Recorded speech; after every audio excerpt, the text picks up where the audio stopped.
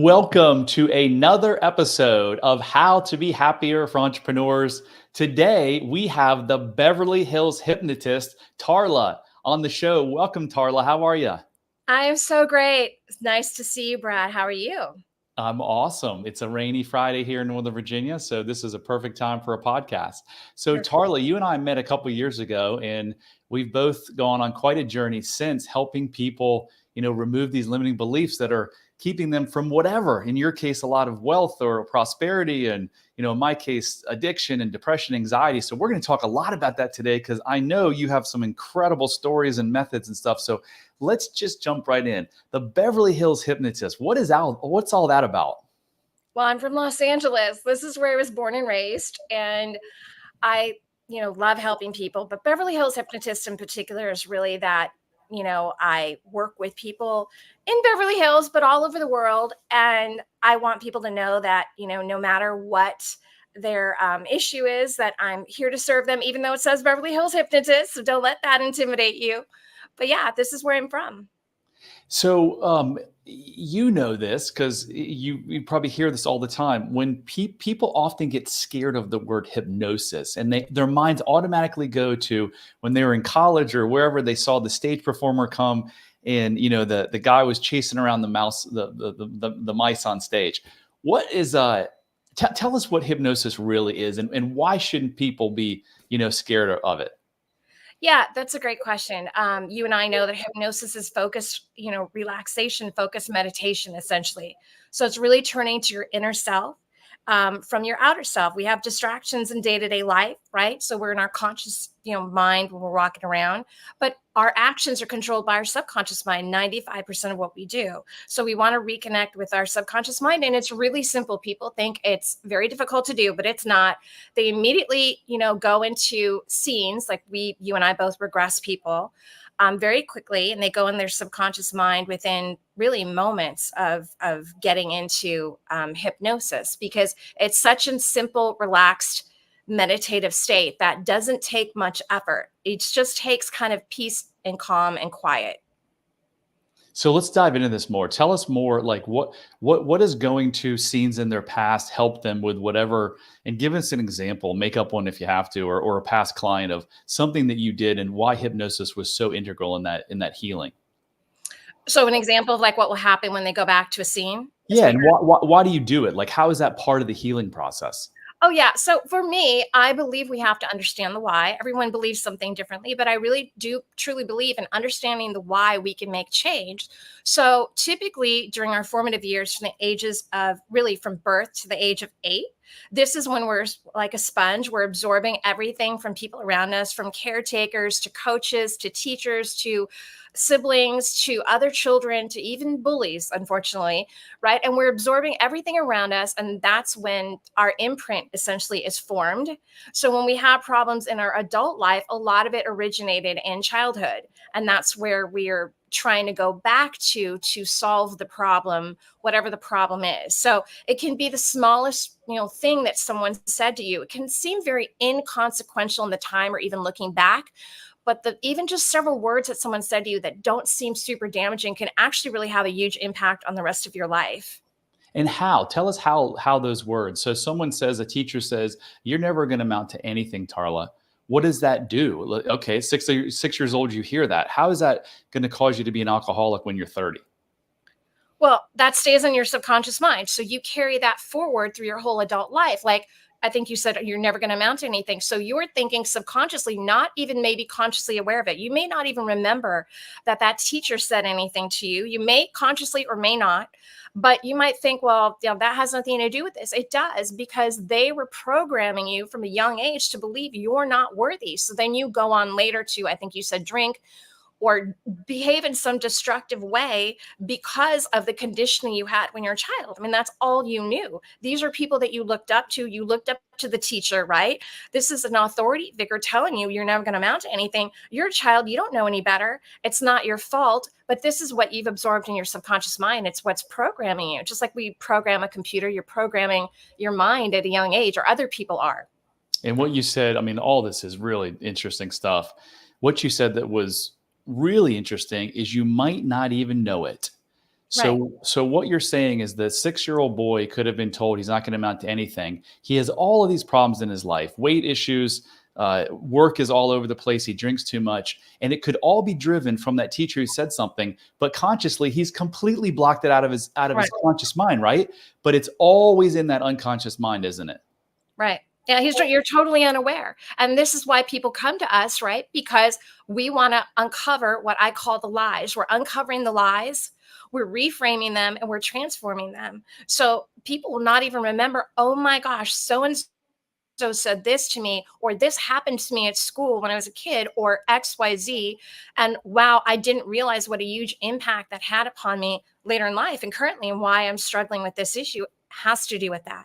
Have you had the clients where they're like, "Yeah, my childhood was fine," and then you put them into hypnosis, and they give you, an event. I'm 2 years old or 5 years old, and my mother's like threatening to commit suicide, and they're like, "I'd never even remembered that." Yeah, there are definitely people don't remember consciously everything, right? And they sometimes block things out. But yeah, I mean, I think, look, we can all say, not all of us, I'm sorry. Some of us can say, oh, I had this perfect childhood.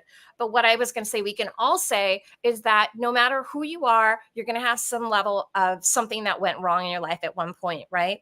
So I could say I had a pretty charmed childhood, but I lost my father, which is pretty huge. Charmed in the fact that my mom was a great parent and I had, a loving mom, but I lost my dad when I was 1. And even if I had not been through that, there are people who may have 2 happy parents. And I've had people tell me this, but no, I've had a perfect childhood. I guarantee you, no one walking on the face of the planet has had perfect anything. It's just impossible. There has to have been someone at some point who said something to you that was negative, that negatively influenced you subconsciously. Yeah, one of my mentors, Dr. Gabor Mate, says that if you have a childhood you can't remember, it's usually one of two reasons. Number one, it was completely uneventful. Or number two, it was so painful that you've literally blocked memories out. And Right. that happens so often, or someone will be 25 or 30 and something will trigger a memory that will be like, oh my gosh, this terrible thing happened to me. Right. So if you're sitting there wondering, do I have any of these things from my past that I don't even know about? Do yourself and your family and your business, if you own one, a huge favor and just go to unlocklimitlessyou.com/quiz right now or at the end of this episode and just take 3 minutes to take the self-love quiz. It could unearth something that could literally start you on a journey that could forever change your life and relationships. So, Tarla, what are you doing now? Like, what are you? Obviously, you're doing hypnosis, but is there a certain type of client that comes to you? Yeah. So, I love doing hypnosis for anyone, no matter what the issue is, but I love to focus on peak performance or high performance hypnotherapy for entrepreneurs, C-level executives, athletes. For me, it's really, I love helping people get to the next level. So it doesn't matter who you are, it doesn't matter how much success you've had, we still can have blocks to get to the next level. Everybody on the face of the planet, why I love this is everyone on the face of the planet wants to get to the next level, always wants to have more success, more wealth. And you can do good things with that. It's not only about serving ourselves, but the more income you create, you can actually more positively impact other people in the world, by doing, different charitable acts, right? I mean, there's different things you can do with that money. So that's why I love it. And also because part of my story was about how I used my mind to get to the next level. And that's why it's a very near and dear area to my heart. How did you use your mind? What is that all about? Yeah. So once back in the day, I was a copywriter working in a marketing agency. It was my second job. I wanted to leave. I knew I was meant for more. I had started working out as a copywriter for $33,000 a year. And now at this point, I was like, I think I went from 44 to 55, but still, I was the one doing all the work in this agency. So this was before The Secret. This was before that movie. I don't know where I came up with this, but I said, let me record affirmations in my own voice. There was no hypnosis. And I used a tape and I put it in my car and I drove to work and back saying, I'm a freelance copywriter earning, I think there was a book called How to Be a Freelance Copywriter and Earn 85,000 or $85,000 a year. Now it's updated to 100,000. But I said, I'm a freelance copywriter earning $85,000 a year. I'm a successful freelance copywriter. I kept repeating those affirmations. I listened to it to work and on the way back. And I knew it was possible because of the title of this book. It was possible. That was evidence that I could do that. And, again, don't know where I got this idea. I wish I remembered, but essentially that created a massive career for me. I ended up quitting. Um, Long story boring. I ended up, going from this low salary to a seven-figure brand as a writer. And, most writers are starving writers. And I, superseded all that. And the thing is, it wasn't hypnosis, but hypnosis takes all of that to an entirely different level. And if I was able to do that alone with affirmations, you can only imagine what you can do with hypnosis, because that just skyrockets the results in a dramatic way. So that's an awesome story, and congratulations. And for the person listening that says, well, if I'm making 60 grand, I'm going to make $1 million or 500,000. Can I just start doing affirmations? What would you say to that? Yeah, I say, look, it's a good place to start. But the thing is, and I'm glad you asked this question, I had very deep self belief at the time. Despite losing my father, which I mentioned earlier, my mom was constantly, you're the best, you're the smartest, you're the prettiest, you're the greatest. Basically, if she was here today, she would tell me I'm the GOAT. I know she would be saying that. She was amazing. And so I had a really deep self belief. But a lot of people are lacking that. And there's been times in my life where I haven't fully had that. But at that stage, I really had this deep self belief where the affirmations were enough. However, a lot of people are going to have this feeling that they're not enough, and they're going to feel that they're lacking in some way. There's going to be a deeper root cause. And trust me, there have been times since then where obviously I've needed hypnosis. That's how I even became a hypnotherapist. So if you really want to take things to the next level and get out of just a conscious state, because, affirmations are only in your conscious mind, and you want to go to your subconscious, that's when you need hypnosis. So the affirmations only work if you already have that immensely deep self-belief. That's why they don't work for a lot of people. They're great, but they're not going to fully work for most people. And in my case, they did, but Wow. that's not always the case. Yeah. That's really well said. I say, I just said this on a podcast, I think yesterday or the day before, like or actually it was on our weekly group coaching call. We do a mastermind call with all of our clients. And someone asked the difference between affirmations and manifestations. And I told them that. And I said, you can't just, that's why the Zig Ziglars and the Tony Robbins stuff don't always work. Because if you go there with lack of self-love and this poor self-image that you may or may not even know you have, because it could be buried in your subconscious mind, and you try to do these affirmations every morning saying, I'm great, I'm going to make a lot of money. But your subconscious mind, like mine was for 47 years, is yelling, you're not smart, you're not good, you're not worthy.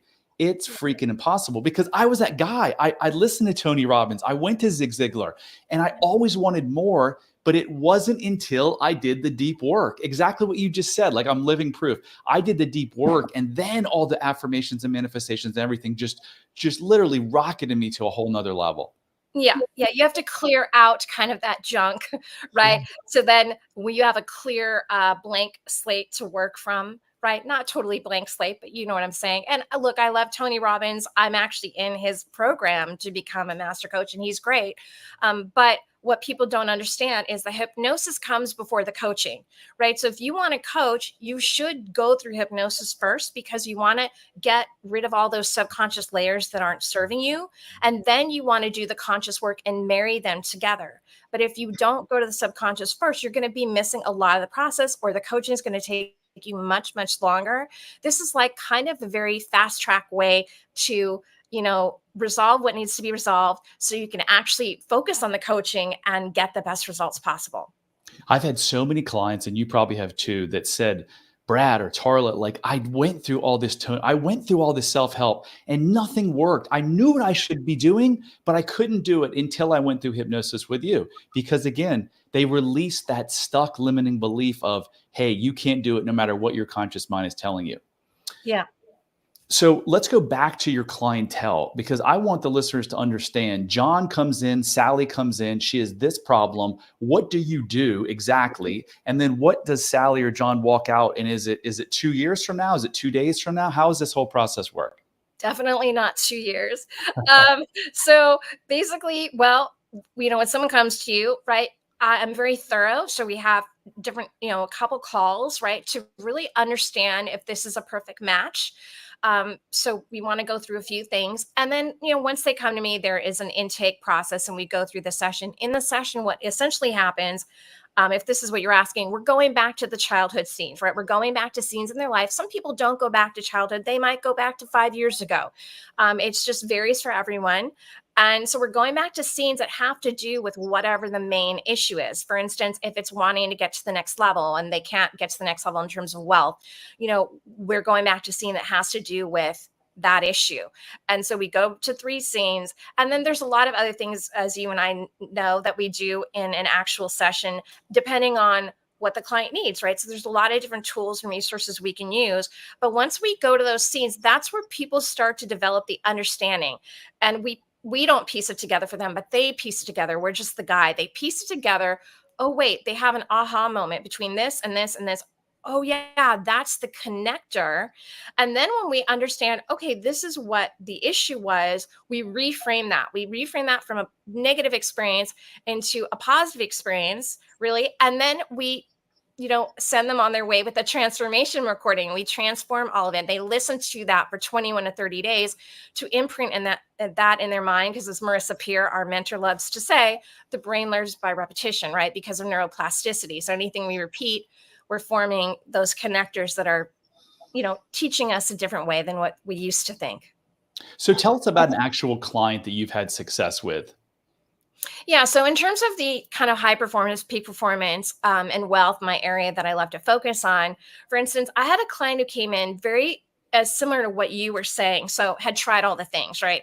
Had tried the affirmations, had tried the coaching, had even tried other modalities. And look, I love all the modalities. So I think they're all great. But had, even tried things as breath work, tried all the things and had some little movement, right?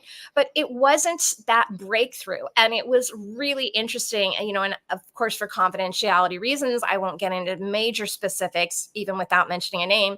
But this person in the session really had a breakthrough moment that, I witnessed right there, like an absolute shedding of this old limiting belief that was tied to her parents and them having some businesses that ended up, having issues. The businesses actually essentially dissolved.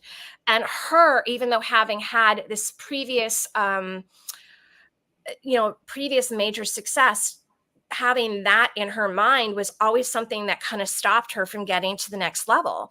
And so she was able to have this massive breakthrough. And again, just almost like a shedding right in the middle of the session that I witnessed, that just happened spontaneously after going through our work. And she ended up within 3 weeks, literally nearly tripling her revenue. I mean, so if you think about how is that even possible? People said to me, how could that even be? Because you're removing subconscious blocks. That's really all that it is. Once you remove that, the floodgates open. Incredible. Yeah, I had a guy, actually a client with a testimonial on my website that said, he didn't come to me for money. He came to me for overwhelm. And he's like, 6 months later, I did the analysis and I doubled my income. The beautiful thing about doing this work, and you've done it over and over and over again, is that people come to you with a problem, right? I can't get to the next level. I have anxiety. I have depression. I drink too much. And then they have that aha moment, and then everything else turns in their life. It's not, it's amazing because this one thing that's holding you back, don't ever think that it's not going to hold you back from all the areas. So if you take that self-love quiz that I mentioned earlier at unlocklimitlessyou.com/quiz, and you get lack of self-love, I promise you, every single area of your life is being negatively affected. I don't know to what degree, but your relationships, your health, your business, you name it, your spirituality. The beautiful thing is that in a very short time, it doesn't take us years or decades, does it? In a very short time, a matter of weeks, I have taken so many clients from lack of self-love to extreme self-love, and then everything changes. And I know you're a big believer of the self-love. Talk a little bit about self-love, if you would, Tarla. Yeah, I agree with you. I think self-love is the root of it all, truly. Because if you think about it, whether it's wealth or relationships or wellness, if you don't love yourself, if you don't think you're worthy, you're not going to have success in all these areas. How can you be wealthy when you feel like you're not deserving of it? How can you have a successful relationship when you feel like you're not deserving of it? How can you have good health when you feel like you're not deserving of it. And in ways, people can punish themselves when they feel that they don't have, self-love, or they can protect themselves in a weird way. So it's strange. How would that be protecting myself? Well, this is because this is a limiting old idea that you had. And at the time, you thought you were protecting yourself. You thought you were doing something good for yourself. But in essence, you were really hurting yourself and punishing yourself. So I'm with you on that. I totally agree with you with what you said too, that people have those revelations in other areas, and really it up levels their self-love too. I mean, this worked to me. I've never found anything more fascinating in my life. And you said something that made me remember that protection, right?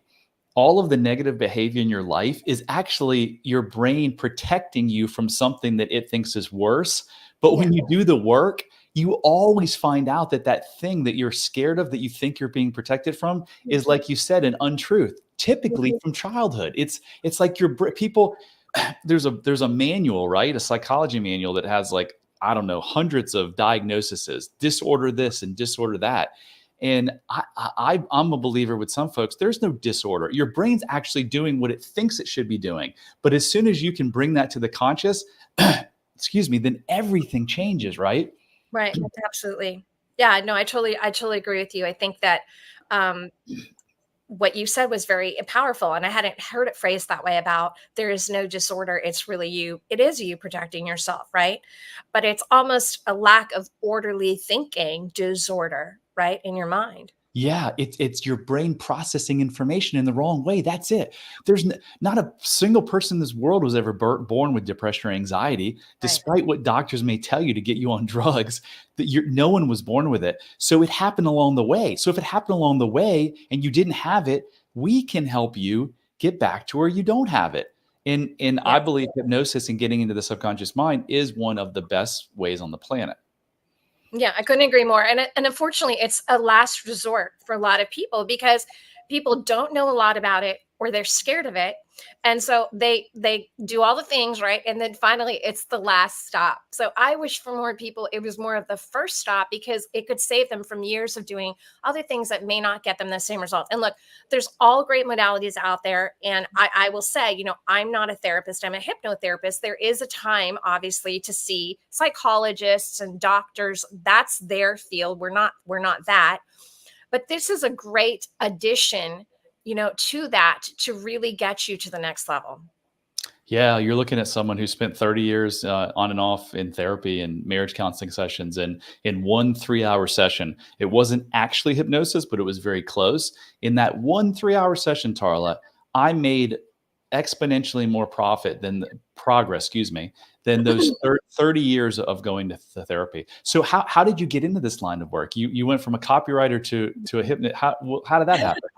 Yeah, well, I took a few steps in between. So I went from a copywriter to like an online marketer. So I was in the online digital space, and in the online digital space, it's all about self-development. We're always looking to learn about mindset, right? Because mindset is key in having a successful business. So then I got into coaching, and I actually knew someone from B School, which is Marie Forleo's online course, who was a hypnotherapist through Marissa Peer.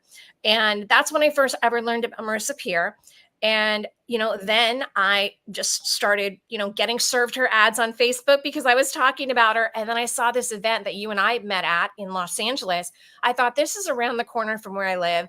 If I don't go now, I don't want to fly to go somewhere. It's coming right here. I have to go to that.